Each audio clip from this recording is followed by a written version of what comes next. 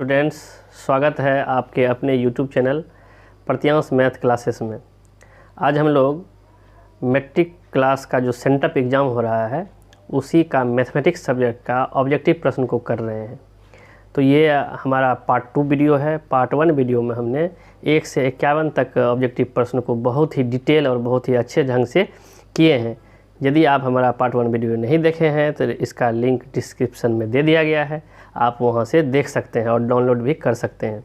चलिए हम लोग अब पार्ट 2 वीडियो शुरू करते हैं। चलिए हम लोग 52 नंबर क्वेश्चन को देखते हैं। कहता है द्विघात समीकरण 2x² - 6x + 7 = 0 के मूलों की प्रकृति। मूलों की प्रकृति या इंग्लिश में इसे कहते हैं नेचर ऑफ रूट्स। यदि पूछे तो हम लोग डी निकालते हैं, विवेचक। तो हम लोग पढ़े हैं D = b² - 4ac। तो b क्या है? -6 है। -6 का स्क्वायर -4, एक बदले में कितना है? x² 2, c के बदले में कितना है? 7। इसको देखते हैं। 6 के 36 -4 8 7 56। तो 56 में से 36 जाएगा, 56 में से 36 जाएगा 0, 5 में 3 2, यानी -20 निकला। कम में से ज़्यादा घटेगा तो माइनस से ना आएगा।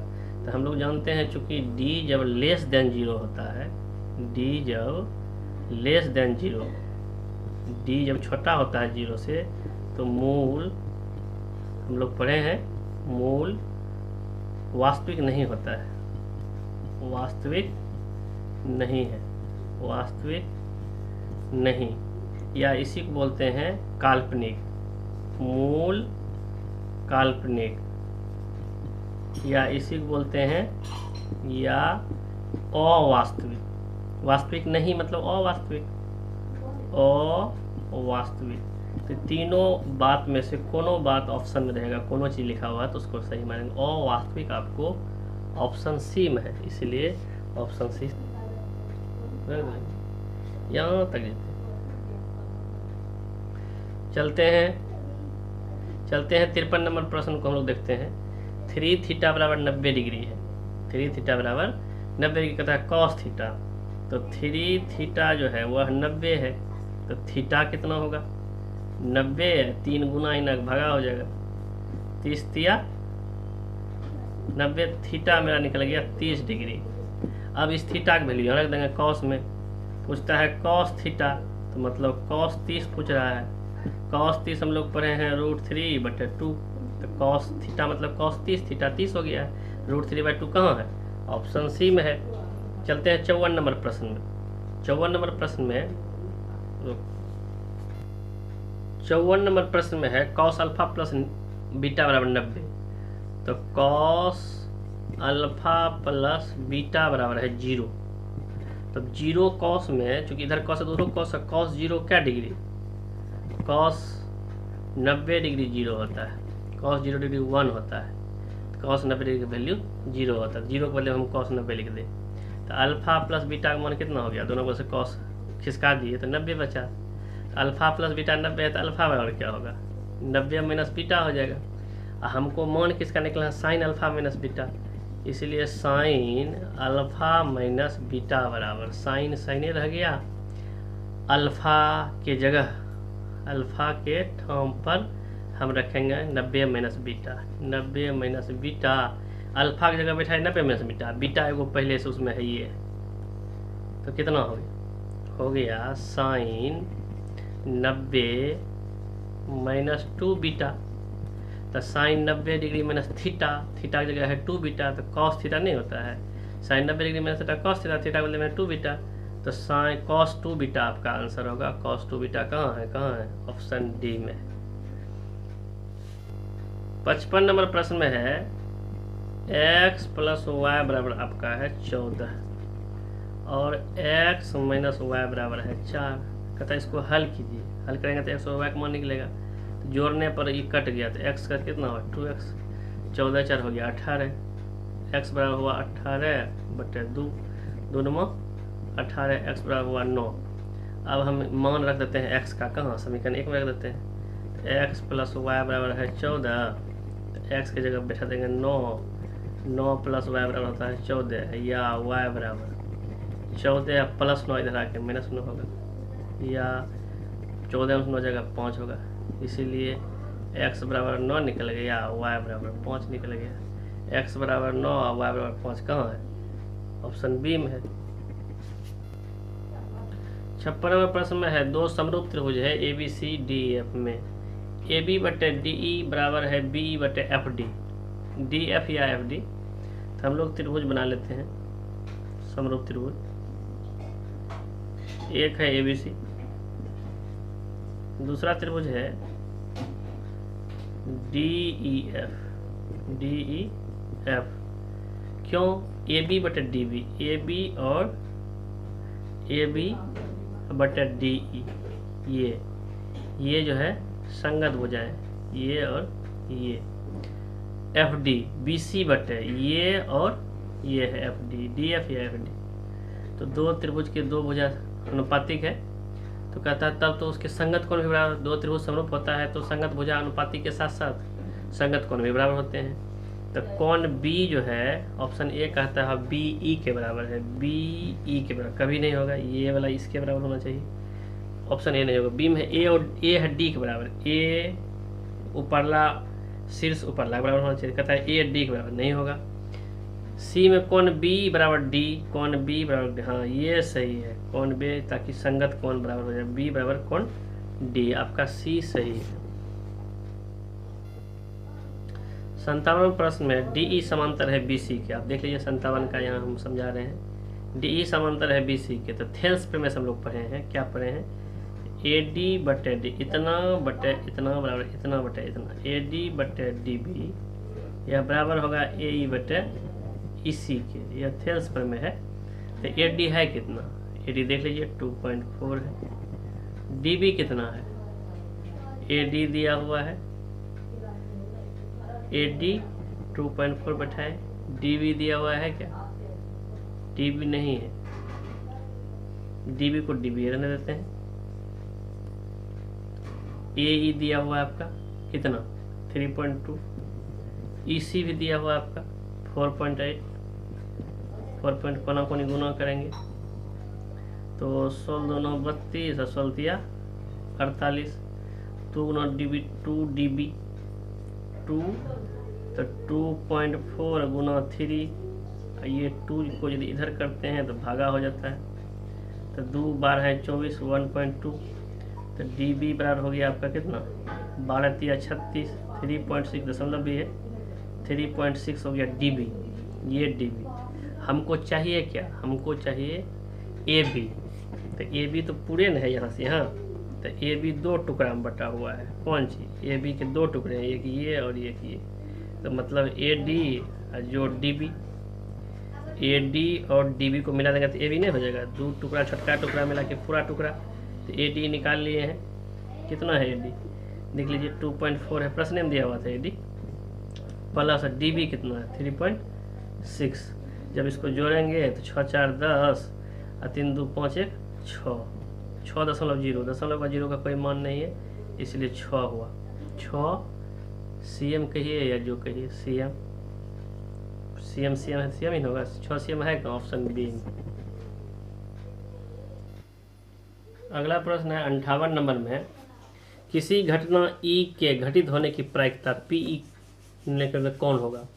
मतलब प्रायिकता का मान कहता है 0 से छोटा होगा, 0 से छोटा होगा, संभव ही नहीं है। उसके बाद कहता है प्रायिकता का मान जो है 0 से छोटा होगा, ये तो हो गया। कहता है 1 से बड़ा होगा, नहीं होगा बड़ा, पी हुआ प्रोबेबिलिटी 1 से बड़ा। हम लोग पढ़े हैं प्रायिकता का मान 0 से लेके 1 तक होता है, कहता है 1 से बड़ा होगा, बी भी नहीं होगा। सी में कहता है 1 से बड़ा होगा, -1 से बड़ा होगा और -1 के बराबर होगा, माइनस में तो जाएगा नहीं, 0 तक जाना है, सी भी नहीं हुआ। डी में कहता है कि 0 से बड़ा बराबर और 1 से छोटा 1 के बराबर, यही आपका सही option D is the right answer. 59 number question में है sin 60 × cos 30 plus cos 60 × sin 30। वैसे इसके फॉर्मूला होता है sin a cos b plus cos a sin b, लेकिन 10th क्लास में ये फॉर्मूला नहीं है, तो हम लोग इसका मान बैठा के करेंगे। sin 60 का वैल्यू बैठा देंगे, होता है √3/2 गुना cos 30 भी होता है √3/2 प्लस cos 60 होता है 1/2 गुना sin 30 भी 1/2 होता है। तो √3 होता है 3 √3 3 या 2 दूना 4 जोड़ 1 गुना 1 1 2 दूना 4 तो दोनों को जोड़ेंगे 4 4 का लघुत्तम 4 3 1 4 4/4 तो 4/4 क्या बार में कटता है? एक बार में। तो एक आपका कहाँ है? एक आपका ऑप्शन ए में है। 60 नंबर प्रश्न है बिंदु P5,6 की x अक्ष से दूरी। x अक्ष से दूरी जो कहता है ना, तो x अक्ष से दूरी होता है कोटि के बारे में कह रहा है। तो आपका ये जो है ये है कोटि या ये है भुज। तो x अक्ष से दूरी कह रहा है तो कोटि का मान कहना है तो 6 इकाई आपका ऑप्शन बी है। 61 में है संख्या 3.24636363 दशमलव के बाद रुक गया है मैंने शांत है, तो शांत दशमलव वाले होते हैं परिमेय संख्या। ऑप्शन बी आपका राइट आंसर है। 62 में निम्नलिखित में कौन सा भिन्न का दशमलव प्रसार शांत होगा? तो इसमें जो है हरों का खंडन करेंगे। तो 3 5 15 15 7 75 से तो 3 5 7 आ गया। तो 2 और 5 होना चाहिए, या केवल 2 या केवल 5, ये नहीं होगा। 2 और 5 होना चाहिए हर के गुणनखंड में, या तो केवल 2 या तो केवल 5। 210 में 7 21 21 दही 2 5 7 आ गया इसमें, ये भी नहीं होगा। यहाँ जो है सी नंबर 11 8 88 11 आ गया, ये भी नहीं होगा। डी नंबर को हम लोग देखते हैं एक बार। डी में है 3/160 तो 3 तो 3 रह गया, 160 का खंडन करेंगे 2 गुना 80 2 दूना 4 दूना 8 दूना 16 दूना 4 16 5 80 तो 2 और 5 आया ना, तो हर के गुणनखंड में 2 पावर m गुना 5 पावर n के रूप में जब रहेगा तो उसका शांत दशमलव होगा, इसलिए ऑप्शन डी आपका सही आंसर होगा। 63 में 144 और 372 का मौसम निकालना है। तो मौसम हम लोग जो है गुणनखंड विधि से भी निकाल सकते हैं, डायरेक्ट निकाल सकते हैं। ये नहीं बोल रहा है फलने विधि से, किसी भी विधि से निकाल देना है। 144 में 372 लगाएंगे, 2 में लगेगा 288, 12 में 60 गया 4, 16 में 60 गया 8, कट गया। फिर 144 तो 144 क्या में एक बार में लगेगा 84 जी, 14 में 60 गया 6, फिर 60 से लगाएंगे 84, एक बार में 60 4 2, अब 24 से लगाएंगे 60 में 24 गुना 48, 10 में 8 गया 2, 5 में 8 गया 1, यानी 12 से कट गया आपका 12 हुआ मौसम। ऑप्शन सी होगा। अब ये जो सवाल है ये 64 नंबर 64 में है त्रिघात बहुपद है। त्रिघात बहुपद में 3 सूत्र होता है, द्विघात में 2 होता है, त्रिघात में 3 सूत्र होता है। पहला होता है alpha plus beta plus gamma बराबर, दूसरा होता है alpha beta plus beta gamma plus gamma alpha या अल्फा गामा, यह भी होता है। एफ होता है alpha into beta into gamma, चूँकि 3 गो होता है इसमें मूल शून्य। इसका होता है -b/a और इसका होता है c/a, इसका होता है -d/a। तो यही ये नंबर क्वेश्चन नंबर 65 और क्वेश्चन नंबर 66 दोनों इसी फार्मूले से बन जाएगा। तो इसमें पूछा है 64 में कि alpha beta plus beta gamma plus gamma alpha मान बताइए इसी में से। तो ये तो फार्मूला ही है, आप देख सकते हैं c/a होगा आपका। c/a कहाँ? ऑप्शन बी में है। 65 नंबर में भी वही बात है, इसमें पूछ रहा है नहीं 66 में पूछ रहा है। 66 को भी बना लेते हैं अभी, 65 को बाद में देखेंगे क्योंकि सूत्र लिखा हुआ है। कहता है 66 में कि ये त्रिघात बहुपदीय होगा तो सुना alpha into beta into gamma का मान। अल्फा इंटू बीटा गामा क्या होता है? -d/a। डी क्या होता है? अचर पद। अचर पद आपका है 7, उसमें लग जाएगा माइनस, और ए होता है एक्स क्यू का गुणांक, तो एक्स क्यू गुणांक है 4, तो -7/4 आपका हो जाएगा 66 का। -7/4 आपका ऑप्शन ए में है। अब हम लोग अगला प्रश्न जो है 65 नंबर उसको देखते हैं। 65 नंबर में है कि का एक शून्यक 3 है तो के का मान, इसका एक शून्यक दिया हुआ है, तो शून्यक जो दिया हुआ है 65 नंबर सवाल में ये आपका द्विघात बहुपद है, तो एक शून्यक दिया, या तो अल्फा दिया हुआ, मान लेते हैं अल्फा दिया हुआ है, अल्फा बराबर आपका 3 है। तो हम लोग अल्फा प्लस बीटा बराबर क्या पढ़े हैं, -b/a। अल्फा की जगह पर 3 बैठा देते हैं, बीटा मालूम नहीं है मान लेते हैं, तो b आपका कितना है 1 है तो -1 होगा, और a कितना है x² गुना 2 है, तो या बीटा का मान यहाँ से निकाल लेंगे, बीटा होगा -1/2 तो -3 बराबर -1 -6/2 तो हो जाएगा -7/2। दूसरा मूल निकल गया। अब हम लोग पढ़े हैं अल्फा इंटू बीटा पर क्या पढ़े हैं c/a। अल्फा के बदले में कितना बैठाएंगे 3 बैठाएंगे, 3 गुना बीटा के बदले में -7/2। c क्या है अचर पद आपका k है, k/a क्या होता है x² गुना 2, तो हो जाएगा 21/2 बराबर k/2। 2 से 2 कट गया तो k बराबर कितना निकल गया -21 है क्या -21 होगा, बी में है और बी आपका सही आंसर होगा। 67 नंबर प्रश्न है, 2 समीकरण दिया हुआ, कहते हैं इसके कितने हल होंगे, तो a1 है 2 a2 है 6, तो a1/a2 करते हैं तो 2 3 6 1/3 आता है, b1/b2 करते हैं 3/5 होता है, दोनों बराबर नहीं होता है। a1 में हम देख रहे हैं कि a1/a2 नहीं बराबर है b1/b2 के, इसके अद्वितीय हल है, मतलब केवल एक हल होगा। यदि रैखिक समीकरणों के युग्म असंगत हो, 2 तरह होते हैं युग्म, एक संगत एक असंगत, पिछले वीडियो में बताए हैं। संगत वो होता है जिसका हल होता है, असंगत वो होता है जिसका हल होता ही नहीं है। तो जिसका हल नहीं होता है उसका रेखा समांतर होता है ग्राफ, तो असंगत का होगा समांतर रेखा, ऑप्शन ए। 69 नंबर में है रैखिक समीकरण x + 2y इतना इतना का हल निकाला, इसको तो हल करना पड़ेगा। x + 2y बराबर है 0 और 3x + 4y बराबर है 20। इसको समीकरण 1 मानेंगे, इसको समीकरण 2 मानेंगे, तो इसको y को बराबर करते हैं, 2 से गुना करेंगे तो 2x हो जाएगा, 4y 0 हो जाएगा, फिर इसको तो गुना किए नहीं है, +4y बराबर 0। घटाएंगे तो क्या होगा, ये कट जाएगा, x में से क्या जाएगा 2x में से 3x जाएगा तो -x होगा, -x बराबर क्या हो जाएगा 0 हो जाएगा, नहीं 0 नहीं होगा, तो 3x 4/3 यहाँ 20 न है, तो आपका ये कट गया और यहाँ भी होगा -20 माइनस कट गया, x बराबर कितना निकल गया 20 निकला।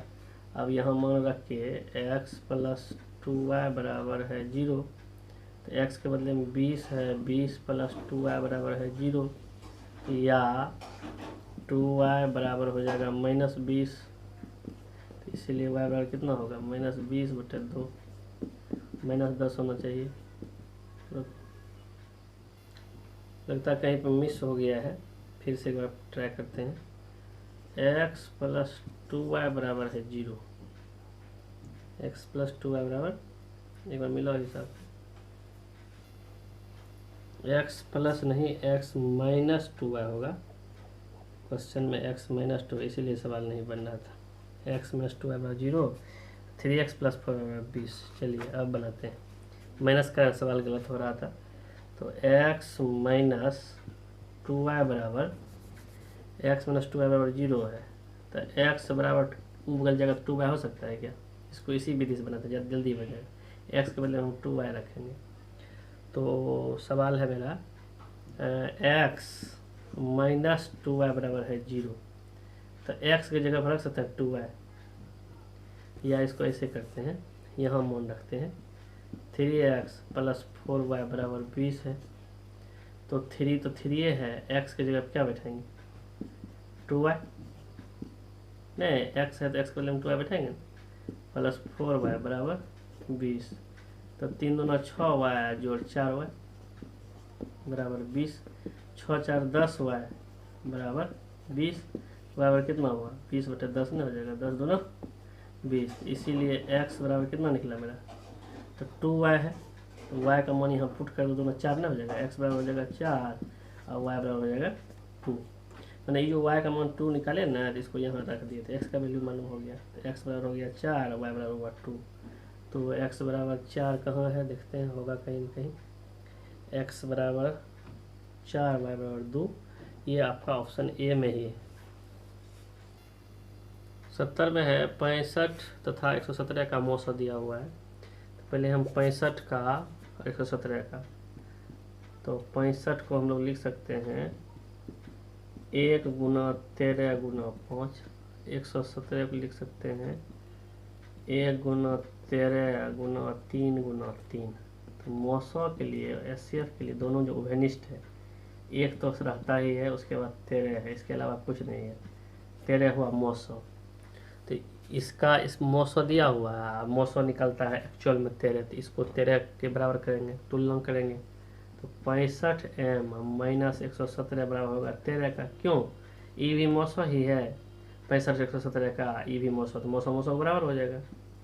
तो या 65m बराबर 13 तो पहले से है ही, माइनस 117 उधर जाके प्लस 117 हो जाएगा, या 65m बराबर कितना हो जाएगा, 65 117 13 130 होता है, m बराबर हो जाएगा 130 बटे 65, 65 दूना 130 होता है, m बराबर जो है 2 निकला। m बराबर 2 कहाँ में है आपका, ऑप्शन बी में। 71 में है एक मूल दिया हुआ है, पिछला जो सवाल था उसी जैसा है, एक मूल मान लेते हैं, अल्फा का मान आपको 2 दिया हुआ, बीटा मालूम नहीं है, तो अल्फा प्लस बीटा और क्या पढ़े हैं, माइनस बी बटे ए। तो अल्फा की जगह 2 बैठा देंगे, बीटा मान लेते हैं नहीं है, दूसरा मूल मालूम नहीं है, तो बी है कितना, बी है x का गुणक a, तो माइनस ए हो जाएगा, और a क्या होता है एक्स स्क्वायर गुणक 2 हो जाएगा।